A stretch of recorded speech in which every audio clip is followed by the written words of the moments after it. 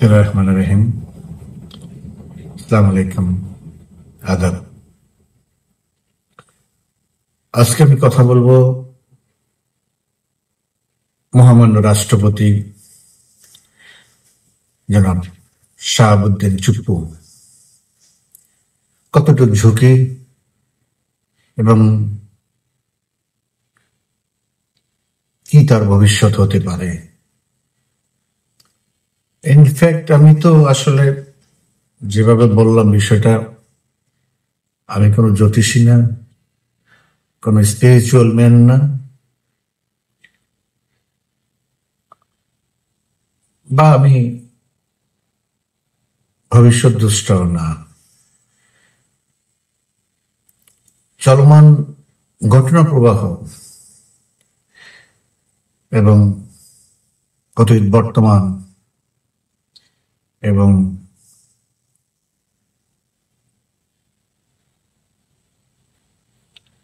বিভিন্ন stake holder, দেশের নিয়ম কানুন, আইন, জনগণ, সবকিছুর ভিত্তিতে যতটুকু আমি বুঝি তার ভিত্তিতে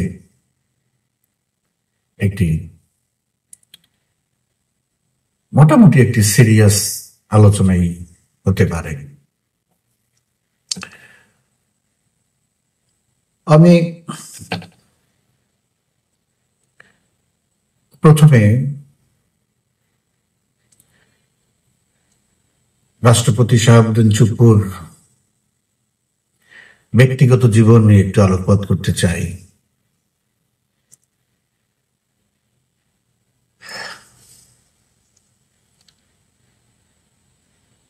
ওনাকে যখন রাষ্ট্রপতি নির্বাচিত করা হয় তখন মির্জা ফখরুল ইসলাম আলমগীর সাহেব টেলিভিশনে একটা প্রতিক্রিয়া দিয়েছিল। আমার চোখের সামনে এখনো ভাসে তার সেই প্রতিক্রিয়া এবং সেই শব্দচয়ন। উনি বলেছিল, ওনাকে তো আমরা চিনি না, ওনাকে তো কেউ চিনে না, হঠাৎ করে উনি রাষ্ট্রপতি হয়ে গেলেন। তো এদেশে অনেকেই রাষ্ট্রপতি হয়েছেন, অনেককে অনেকভাবে চিনত, কাউকে বিতর্কিত ভাবে চিনত, দেশদ্রোহীতে স্বাধীনতা বিরোধী হিসেবে চিনত, এবং অনেকের প্রস্থান হয়েছে খুবই লজ্জাজনক এবং বিতর্কিত ভাবেই। আমি সেটা ডিটেলসে যেতে চাই না। 72 থেকে যারা বাংলাদেশের রাষ্ট্রপতি ছিলেন তাদের দিকে একটু মন ভুলালে বা একটু চোখ ভুলালে আপনারা নিজেরাই বিচার বিশ্লেষণ করতে পারবেন। ওইসব সম্মানিত ব্যক্তিবর্গ ব্যক্তি জীবনে, রাজনৈতিক জীবনে কি ছিল, কি তাদের এই দেশের জন্য অবদান, এবং দায়িত্বে যেই কয়দিনই ছিল তারা এই দেশের জন্য কি করে গেছেন।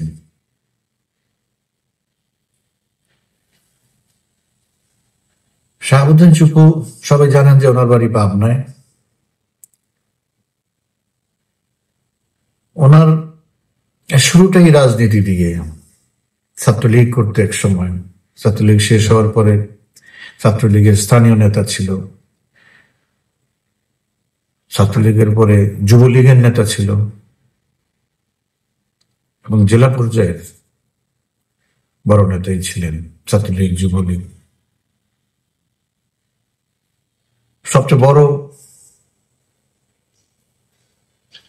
কৃতিত্ব হচ্ছে, অর্জন হচ্ছে মহান মুক্তিযুদ্ধে অস্ত্র হাতে যুদ্ধ করেছেন, অর্থাৎ মৃত্যুকে হাসি মুখে আলিঙ্গন করে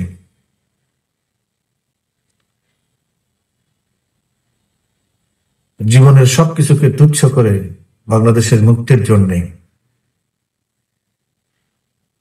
নিজের জীবনকে উৎসর্গ করার মানুষে ঝাঁপিয়ে পড়েছিলেন দেশকে শত্রুমুক্ত করার জন্য।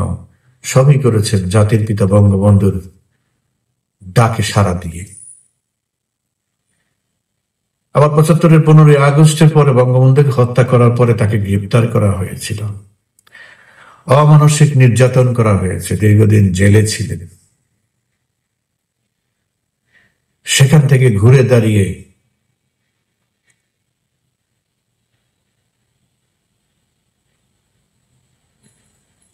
জেলা জজ হয়েছিলেন,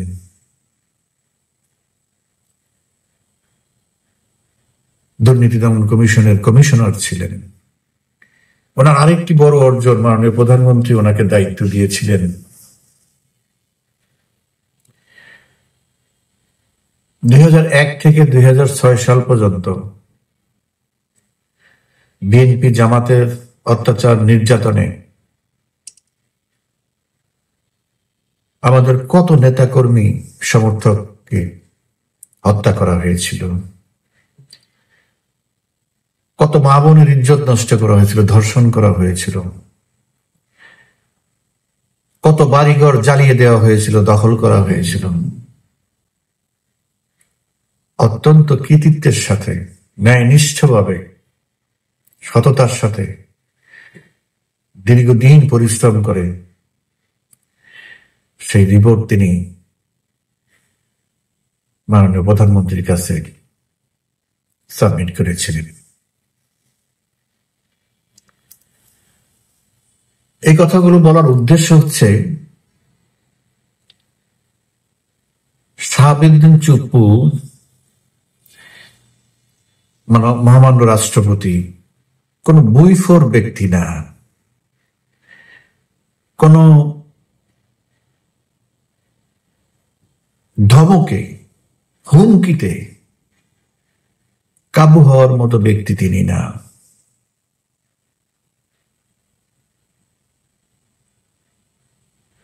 অনেক নাম যখন রাষ্ট্রপতির জন্য শুনি, ভবিষ্যৎ রাষ্ট্রপতির জন্য, কিভাবে শাহাবুদ্দিন চুপ্পুকে ধাক্কা দিয়ে ফেলে দিয়ে, উড়িয়ে দিয়ে, মেরে ফেলে, কত কিছু করে তারপরে রাষ্ট্রপতি বানাবে, কত মানুষকে, কত কত বিভিন্ন পর্যায়ের ব্যক্তিদেরকে, মানে তখন মনে মনে হাসি তারা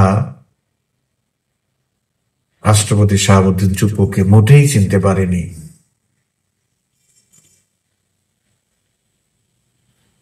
মাননীয় প্রধানমন্ত্রী ওনাকে চিনেছেন, জেনেছেন। যতটুক জানলে, যতটুক চিনলে পরে একজন ব্যক্তিকে এত বড় দায়িত্ব দিতে পারে,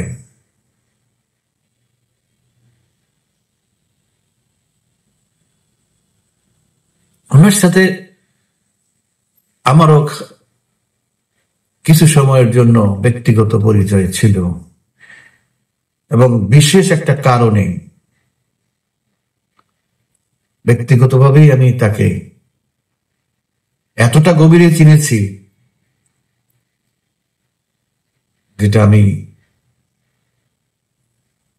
একটা সময় আমার ফেসবুকে বলেছি যতটুকু সম্ভব।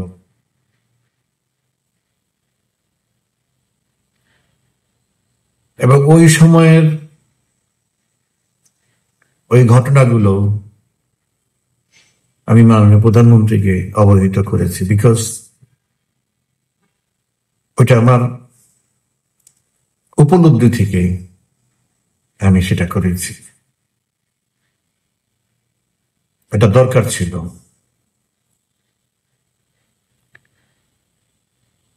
ওনাকে রাষ্ট্রপতি মনোনীত করা, নির্বাচিত করার পিছনে অনেক কারণ আছে, অনেক অনেক যৌক্তিক কারণ আছে।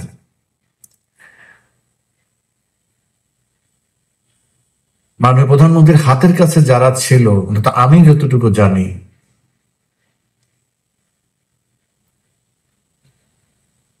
তার চেয়ে কম্পিটেন্ট পার্সন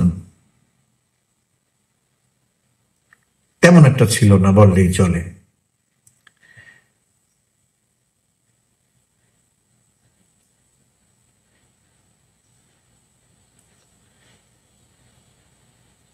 তো সেই ক্ষেত্রে আমার কখনোই মনে হয়নি জনাব শাহাবুদ্দিন চুপ্পুকে রাষ্ট্রপতি নির্বাচিত করে মাননীয় প্রধানমন্ত্রী কোনো ভুল করেছেন, কোনো অযোগ্য ব্যক্তিকে দিয়েছেন, বা যার প্রাপ্য ছিল না সেরকম লোককেই উনি এত বড় মর্যাদার পদে আসীন করেছেন। মানুষের জীবনে আমরা কেউই ভুলের ঊর্ধ্বে না, উনি হয়তো তাই, কিন্তু অনেক জ্ঞানী গুণী মানুষের মধ্যে যাচাই বাছাইয়ে ওনাকে ফেলে দেওয়া, ওনার শিক্ষা দীক্ষা অতীত রাজনৈতিক পরিচয় সব মিলিয়ে একজন একটা দলের দৃষ্টিভঙ্গি থেকে ওনাকে পছন্দ করা বা ওনাকে নির্বাচিত করা পুরোপুরি সঠিক সিদ্ধান্ত ছিল। এখানে দুটি বিষয় আছে। একটি হচ্ছে যে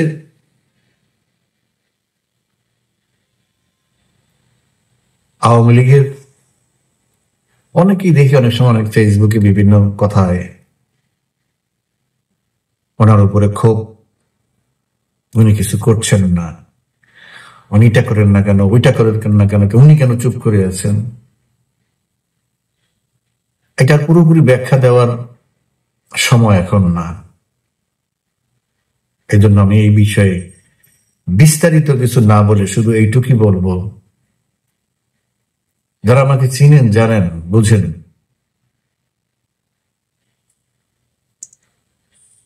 তাদেরকে শুধু এইটুকুই বলবো, রাষ্ট্রপতি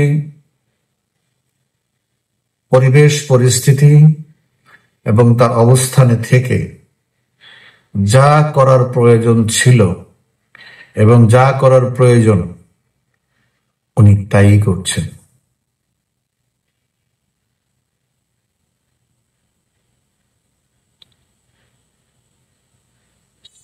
অনেক কিছুই করতে পারতেন অনেকের আশা মতো, কিন্তু আমি তাদেরকে বলবো একটু চোখ বন্ধ করে আপনারা স্বপ্নের মধ্যে রাষ্ট্রপতির চেয়ারে বসেন, পুরো পরিস্থিতিটাকে আপনার চোখের সামনে আনেন।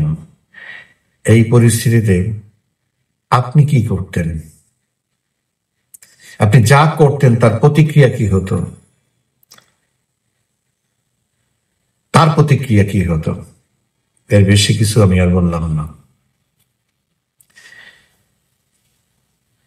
আজকের এই পরিস্থিতিটা, যে পরিস্থিতি আমরা পার করেছি, যে পরিস্থিতিতে আমরা আছি, যে কঠিন পরিস্থিতির সামনে আমরা এগোচ্ছি, it's a very serious situation we are going to face.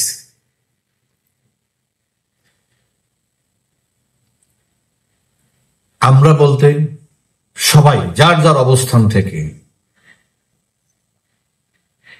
এখানে অনেক কথা আছে, অনেক কিছু বিশ্লেষণ প্রয়োজন, ব্যাখ্যার প্রয়োজন। পরিস্থিতির কারণে, কৌশলগত কারণে, সবচেয়ে দি ফরমোস্ট থিং ইজ কৌশলগত কারণে আমি সেটা বলতে পারছি না, এই জন্য দুঃখিত।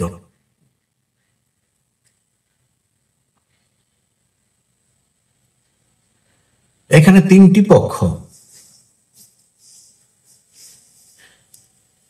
পক্ষের মধ্যে দুইটি পক্ষ, যেমন মহামান্য রাষ্ট্রপতি, সেনাবাহিনী, তার প্রতিনিধি হিসেবে সেনাবাহিনীর প্রধান, বা তিন বাহিনীর প্রতিনিধি হিসেবে সেনাবাহিনীর প্রধান এখানে মুখ্য ভূমিকা পালন, মানে ওই দিক থেকে রিপ্রেজেন্ট করতেছে। তৃতীয় হচ্ছে ষড়যন্ত্রকারী, ষড়যন্ত্র করে সফল ক্ষমতা দখলকারী, যার নেতৃত্বে ডক্টর ইউনূস এক পক্ষ। এখন পরিবেশ পরিস্থিতিটা এরকম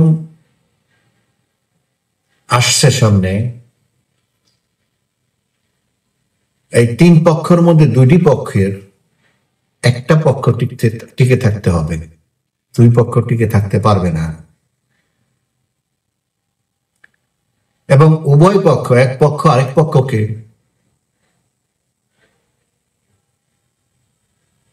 পরাজিত করার চেষ্টাই চলছে প্রতিনিয়ত।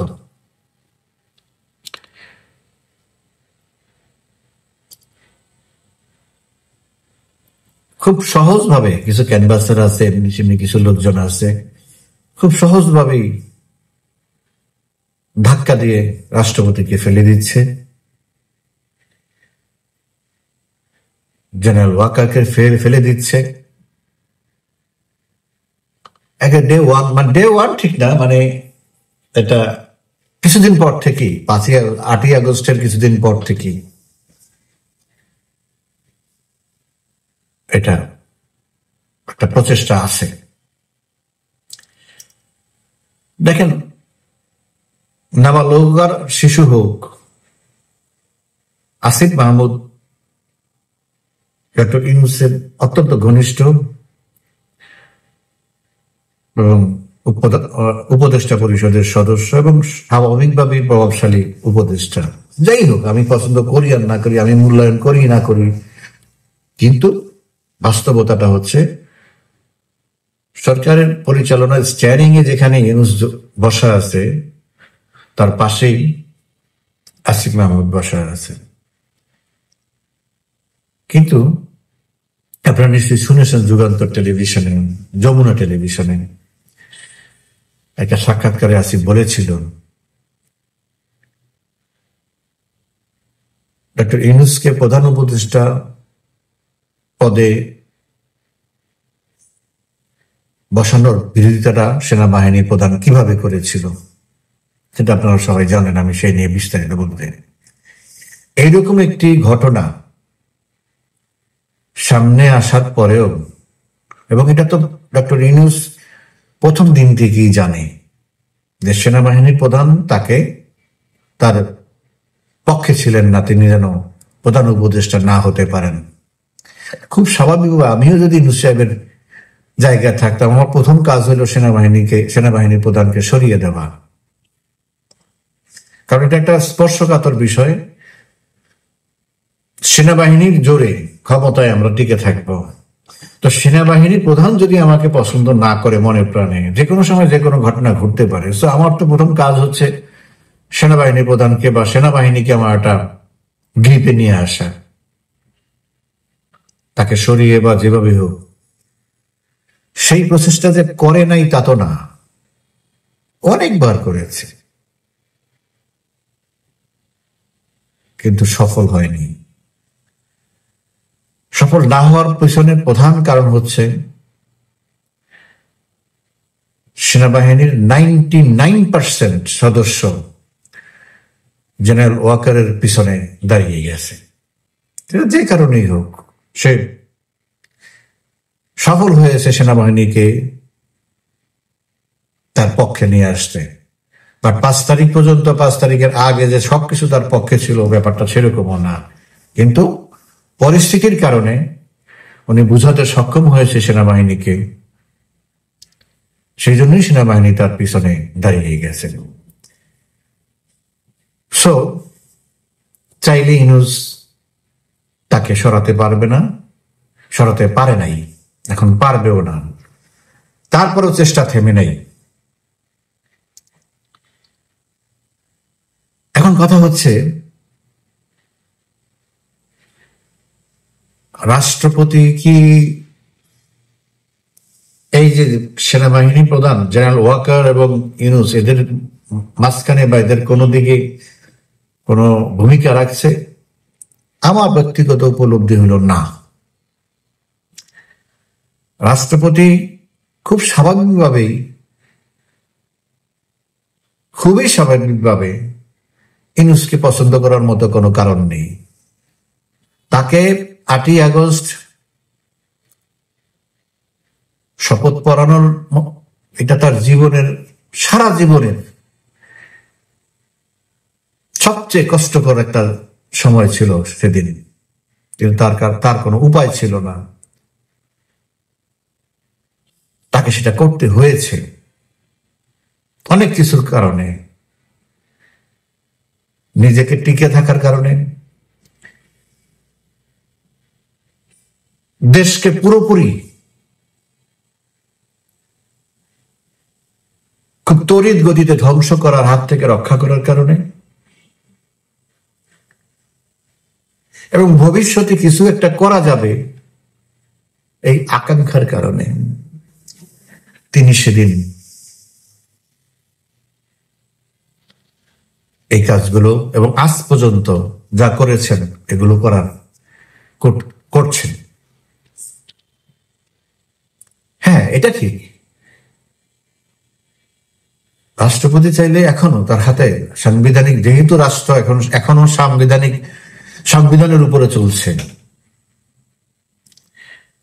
সংবিধান তাকে সেই ক্ষমতা দিয়েছে অনেক কিছু করার।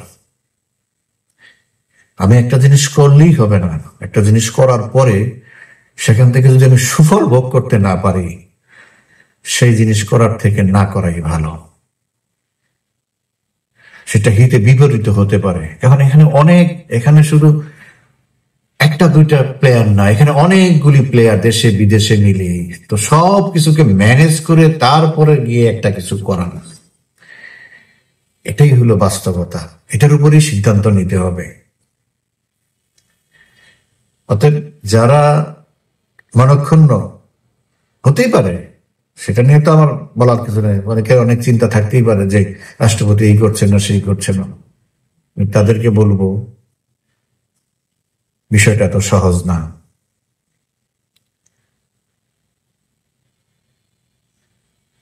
রাষ্ট্রপতি এমন একটি অবস্থার মধ্যে আছেন যে উনি চাইলেও যেতে পারবেন না। উনি যদি বলে যে আমার রাষ্ট্রপতি পদে থাকার কোনো প্রয়োজন নাই, আমি এটা ছেড়ে চলে যাই,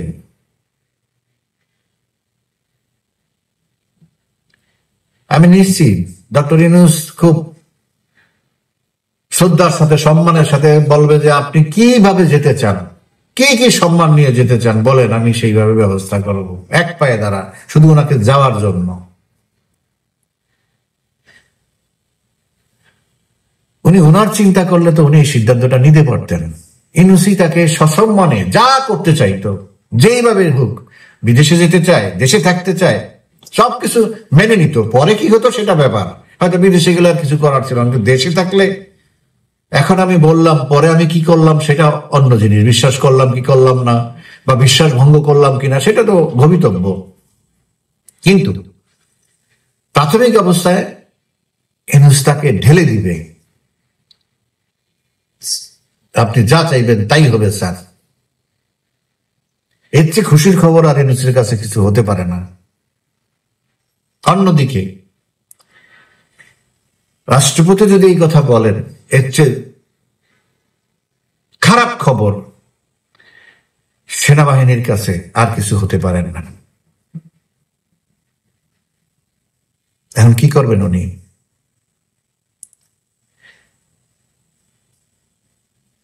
ওই যে আমি বললাম, উনি আছেন, এটি একটা আশা,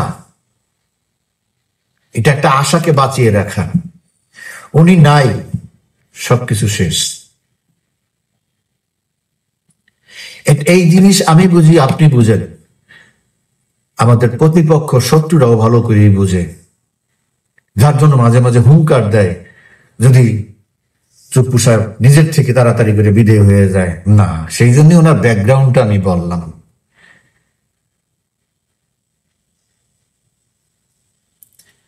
দেশকে জলাঞ্জলি দিয়ে, দেশের এত বড় ক্ষতি করে, তার জীবনকে বাঁচানোর জন্য শাহাবুদ্দিন চুপ্পু কোনো কিছুতে সাইন করবে না। আমি তাকে ভালো করে চিনি, তাকে তার ঘনিষ্ঠ যারা, তারাও খুব ভালো করে চিনে। ওনাকে প্রধানমন্ত্রী থেকেও কোনো পরামর্শ দেওয়ার কোনো প্রয়োজন নাই, আপনি কি করবেন কি করবেন, he is enough to understand and take decision. কিন্তু সে একা, দুই ভাবেই সে একা। ওই দিকে যদি না যায় তাইলেও সে একা, এই দিকে যদি না যায় তাইলেও সে একা, কিন্তু তাকে সবার প্রয়োজন। এখানে হইল গেমটা।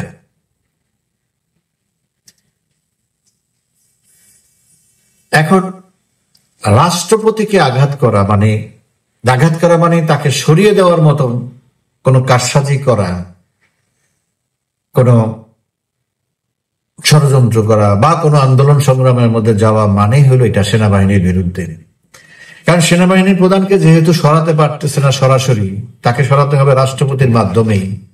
তো রাষ্ট্রপতি will never sign discharge letter for army chief or other chiefs.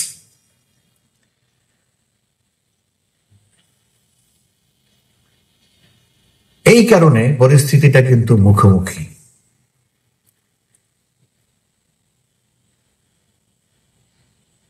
এখন সবচেয়ে জটিল যে জিনিসটা সামনে আসতেছে সেটা হলো রাজনৈতিক হিসাবটা। ইউনূসের তো কোন রাজনৈতিক বেজ নেই, যদি একমাত্র স্বাধীনতা বিরোধী এবং এই জঙ্গিরা ছাড়া। আর হলো বিএনপির কোনো ঠিক নেই, এই সঙ্গে এই সঙ্গী, এই বিরোধী, এই মিত্র, এই শত্রু, এদের কোনো বাঁচাচ্ছে না। কিন্তু কোনো কারণে যদি ইউনূসের পক্ষের রাজনৈতিক শক্তি যারাই আছে তারা যদি সেনাবাহিনীর মুখোমুখি হতে চায়, সেখানে সেনাবাহিনী কি করবে? সেই ক্ষেত্রে সেনাবাহিনীর টিকে থাকার জন্য সেনাবাহিনী কি গুলিগালাজ করে মানুষ মেরে টিকে থাকতে হবে? আমি মনে করি না, এটা সম্ভব না। অর্থাৎ তারও অস্তিত্বের প্রশ্ন আছে। আর ইউনূস বাহিনী যদি মনে করে যে তারাও অস্তিত্বের হুমকির সম্মুখীন, তাহলে তারাও তো মরণ কামড় দিতে পারে যে আমরা তো শেষ হয়ে গেলাম। আর এই শেষ মানে আজীবনের জন্য শেষ।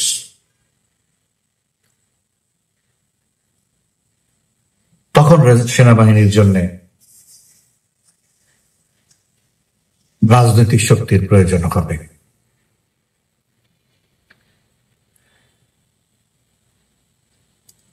যেইভাবে একটা স্ট্যান্ড স্টিল সিচুয়েশন চলতেছে, এইভাবে কোনো দেশ চলতে পারে না। চলছে, পিছনের দিকে চলছে। আপনি কত পিছনে যাবেন?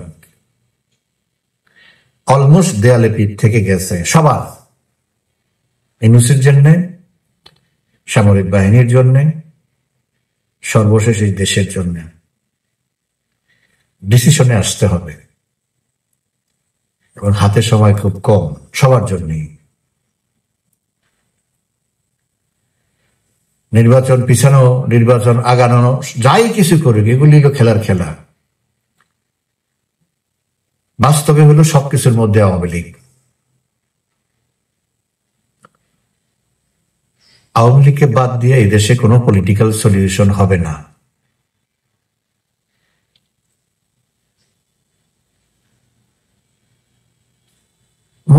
আওয়ামী লীগের হিসাব নিকাশ করে এগিয়ে আসতেছে, এটাও সামরিক বাহিনী জানে, এটাও মহামান্য রাষ্ট্রপতি জানে, এটাও ডক্টর ইউনূস জানে। এখন এই যে আওয়ামী লীগ আসতেছে, শব্দ পাওয়া যাচ্ছে, এইটাকে কিভাবে রোধ করবে? ইউনাইটেডলি রোধ করতে গেলে সেখানে ইউনূসের পাশে সেনাবাহিনীকে থাকতে হবে, হুইচ ইজ অ্যাবসার্ড। এটা সেনাবাহিনী করবে না। তাহলে আওয়ামী লীগের সামনে মুখোমুখি হতে হবে সবাইকে, এবং সেইটা ধরেই আওয়ামী লীগ আসতেছে।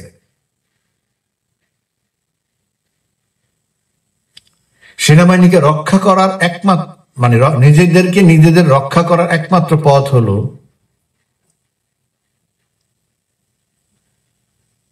আওয়ামী লীগকে রুখে দেওয়ার ব্যর্থ চেষ্টা থেকে সরে যাওয়া, সমর্থন না করলেও বিরোধিতা না করে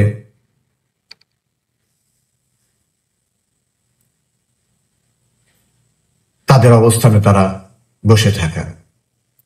এর বাইরে কিছু করতে গেলে বড় ধরনের ব্লাডশেড হবে, বড় ধরনের রক্তক্ষয়ী সংগ্রামের মুখোমুখি হতে হবে, এবং সেই সংগ্রামে ৭১-এর মতো আওয়ামী লীগই জিতবে।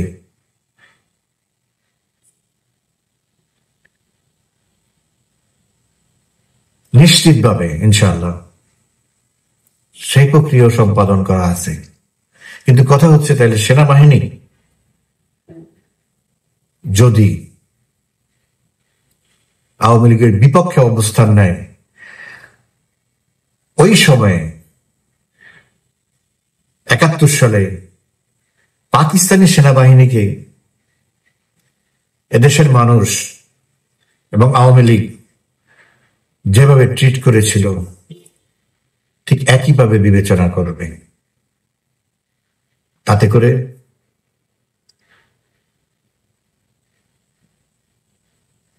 গত ৫৪ বছরের বা ৫৫ বছরের তিল তিল করে গড়ে ওঠার এই সেনাবাহিনীর পুরো খোল নলচে বদলে যাবে।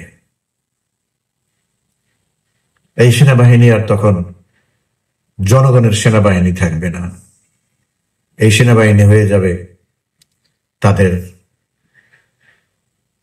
নিজস্ব স্বার্থের বা কয়েকজন অফিসারের নির্বুদ্ধিতার ভিকটিম। সো পরিস্থিতিটা এমন সামনে আসতেছে,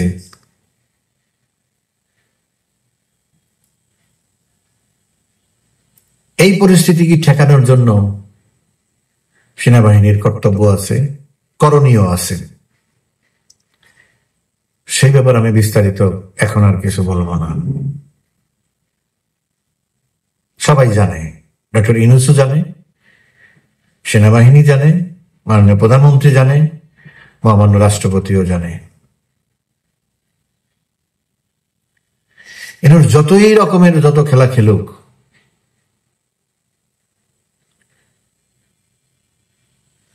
তার সকল খেলা বুমেরাং হবে।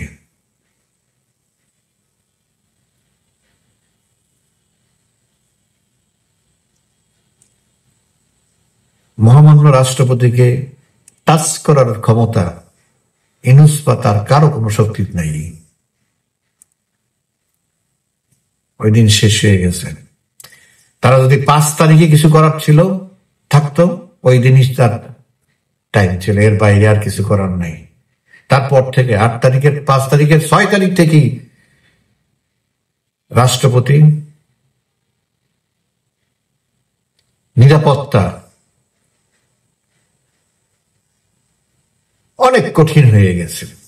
ওকে ওই পর্যন্ত যাওয়ার তো চেষ্টা হয়েছিল, সবই তো ব্যর্থ হয়েছে। ভবিষ্যতে এই ধরনের চেষ্টা আর কেউ করবে না, এই দুঃসাহস কেউ করতে যাবে না।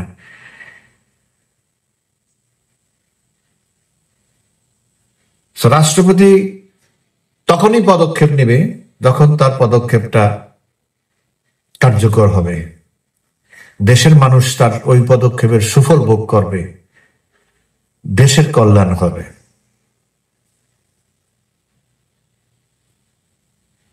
এতে কোনো সন্দেহ নেই।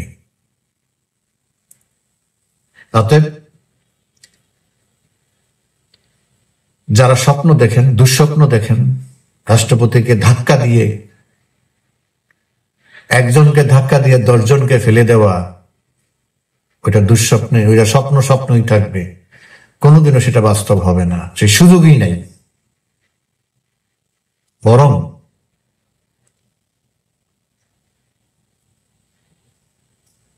যারা যমুনায় বসে আছেন তারা জানে তাদের অবস্থানটা কত নড়বড়ে হয়ে গেছে। কখন কি হয় তারাও জানে যে কিছু একটা হয়ে যেতে পারে, কেউ রক্ষা করতে পারবে না।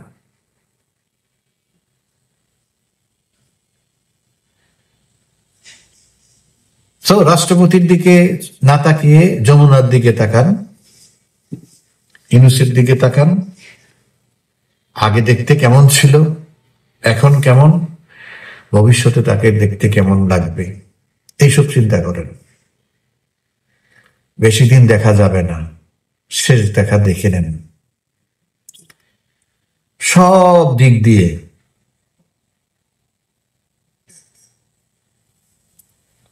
ছোট হয়ে আসছে। নদীর মধ্যে ছোট ছোট চর হয়, জোয়ার যখন আসে চতুর্দিক থেকে ওই জায়গাটা, ওই স্থানটা চতুর্দিক থেকে পানি আস্তে আস্তে আস্তে ছোট হয়ে যায়, একটা সময় পানির নিচে তলিয়ে যায়। ইউনূস এখন ঠিক ওই ক্ষণে আছেন, ওই মহেন্দ্র ক্ষণে। কখন জোয়ার শুরু হয়েছে, কখন সেই পানি এসে ইউনূসকে ডুবিয়ে দিবে, ওই চরকে নিশ্চিহ্ন করে দিবে, আর দেখা যাবে না। ইনশাল্লাহ সেই দিন সামনে। যারা এই দেশের মঙ্গল চায়, যারা এই দেশের মঙ্গলের জন্যে, এদেশের মানুষের কল্যাণের জন্যে এখনো চিন্তা করে, শাহাবুদ্দিন চুপ্পু থেকে শুরু করে মাননীয় প্রধানমন্ত্রী থেকে শুরু করে সকলের জন্য শুভকামনা।